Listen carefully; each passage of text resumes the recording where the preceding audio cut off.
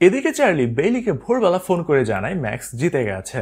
অন্যদিকে সকাল সকাল অ্যাটমকে নিয়ে ম্যাক্স বাইরে বসে মিউজিকের সাথে নাচানাচি করতে থাকে।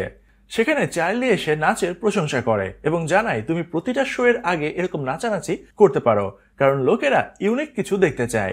তখন ম্যাক্স জানায় তাহলে তুমি অ্যাটমকে ফাইট শেখাবে। এভাবে দুজন একটা ডিল করে ফেলে।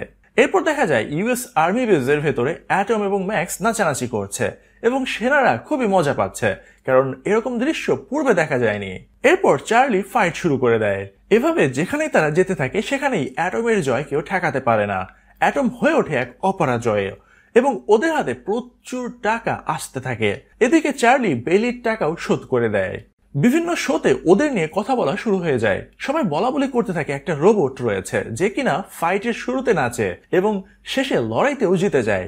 এভাবে তাদের নাম পুরো দেশে ছড়িয়ে পড়তে শুরু করে। একদিন খেলা শেষে ভার্জিন আমেরিকার প্রিমিয়ার লিগের অফার দেওয়া হয় অ্যাটমকে। তারা লিগ পর্বে সেই ম্যাচে খেলার জন্য উপস্থিত হয় এবং অ্যাটমকে প্রস্তুত করতে থাকে। তখন তাদের রুমে একজন লোক আসে এবং জানায় জিউসের মালিক তার সাথে কথা বলতে চায়। চার্লির ম্যাক্স যখন জিউসের রুমে উপস্থিত হয় তখন এর মালিক ফারালেমকোবা $2 লাখ অ্যাটমকে কেনার প্রস্তাব দেয়। তারা বলে যে জিউসের প্র্যাকটিসের জন্য এটা কিনতে চাচ্ছে।